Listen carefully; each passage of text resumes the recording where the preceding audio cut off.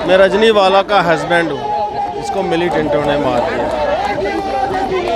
कहना चाहता हूँ, गवर्नमेंट से अपील करना चाहता हूँ आपके माध्यम से कि कोई और रजनीवाला शहीद ना हो। लिहाजा गवर्नमेंट को चाहिए कि कोई एक अच्छी पॉलिसी बनाई जाए ताकि ये जो लोग जो हैं ये भी बच सकें, ये रजनीवाला कोई और शहीद ना हो सके, कोई और बच्चा यतीम ना हो सके। इसलिए मेरी ये अपील है आपको। दुख की बात है, ये बड़े अफसोस की बात है कि उनको सोचना चाहिए इनके बारे में। आखिर ये भी बच्चे हैं किसी के, इनके आगे बच्चे हैं, है ना। तो मुझे पता है, मैं इस चीज़ का गवाह हूँ कि कितना बुरा होता है। वो फैमिली पूरी टूट जाती है, ख़त्म हो जाती है, बच्चों का बुरा हाल होता है जब किसी के घर का कोई ऐसे मरता है।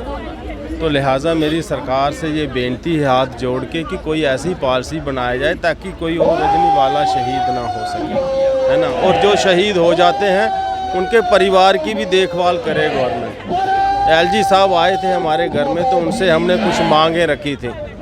एक रजनीवाला जो ऑन ड्यूटी शहीद हुई है, उसकी सैलरी कंटिन्यू रहनी चाहिए बेटी के नाम, ताकि उसको पालने पोसने में कोई कमी न रह जाए। लेकिन ऐसा उसी दिन से उन्होंने बंद कर दी सैलरी उसकी, है ना। और उसके पढ़ाने का कोई प्रोविज़न नहीं गवर्नमेंट ने उठाया, गवर्नमेंट ने कोई जिम्मेवारी नहीं उठाई। और मेरी भी पोस्टिंग क्या अभी डिप्लॉयमेंट ही है। तो ये मेरी एलजी साहब से ये अपील है कि ये आपके ही बच्चे हैं, ये J&K के बच्चे हैं, ये इंडिया के बच्चे हैं। ये बच्चे देखो ना, ये 6 महीने हो गए यहाँ बैठे हुए, अब ये स्कूल भी नहीं जा रहे, तो इनका भविष्य क्या होगा, है ना, कैसा पढ़े। तो ये गवर्नमेंट का एसेट है, ये गवर्नमेंट की प्रॉपर्टी है ये बच्चे जो।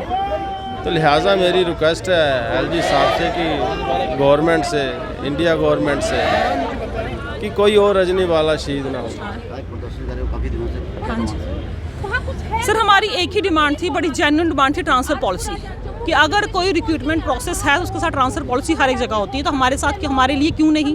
सबसे बड़ी जेन्युइन डिमांड, ठीक है। कश्मीर में टारगेट किलिंग चल रही है, हमारे बहुत सारे एम्प्लॉइज़ को उनके दफ्तरों में जाके मार दिया जाता है। क्या फिर भी हम आवाज़ नहीं उठाएंगे? फिर हम पूछते हैं कि सुरक्षा कहाँ पे है हमारे लिए। आप बायोमेट्रिक ऑर्डर निकालते हैं, लेकिन क्या आप इस चीज़ की एश्योरेंस देते हैं कि एक एम्प्लॉय जब वो घर से निकलेगा वो बायोमेट्रिक लगाने तक जिंदा रहेगा? अगर उसने सुबह की अटेंडेंस लगाई है तो क्या वो शाम तक जिंदा रहेगा?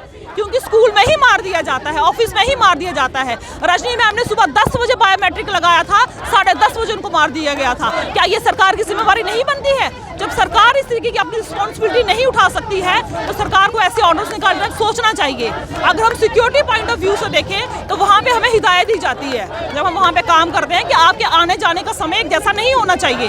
आपको कभी 10 बजे आना है, कभी 10:30 आओ, कभी 9:45 ही आओ। आपको इस तरीके से आना है ताकि आपके आने जाने के समय का पता ना चले। बायोमेट्रिक लगा के तो खुद आप हमें शिकार बना रहे हैं। आप हमें खुद नाम देते हैं सॉफ्ट टारगेट का, और बाद में आप हमें और सॉफ्ट बना रहे हैं इस तरीके से ऑर्डर्स निकाल के। एलजी प्रशासन बोलता है कि हम इनको किस बात की सैलरी दें, तो हम सर से ये बोलते हैं कि सर हमने ये 5-6 महीने ना बंद कमरों में नहीं गुजारे, हमने धूप में बैठ के अम्बेडकर चौक में गुजारे हैं। हमारे पास अटेंडेंस रजिस्टर पड़े हुए हैं, हम बता सकते हैं।